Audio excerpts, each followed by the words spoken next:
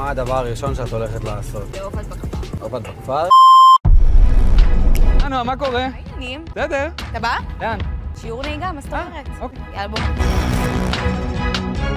הראל, שלום. מה קורה? קורה, וגעגועים. געגעתי. אתה שם.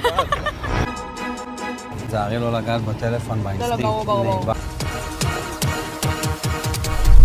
טוב, את זוכרת איך נוהגים פחות או יותר? אני זוכר. מה, שמת לי רגל על הזה? קצת בעדינות. הראל! יש לך את כל המצגים של הרכב. וואו. את רוצה ווייז, רדיו.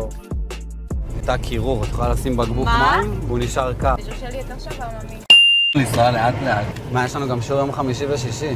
שים בראש, הראל. תיאוריה קטנה. רכב כבר יש. על מה מותר אז לדבר? רגיל.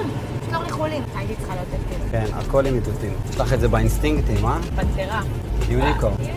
וכמה זמן נמכרו כל הכרטיסים, מה זה? וכמה אני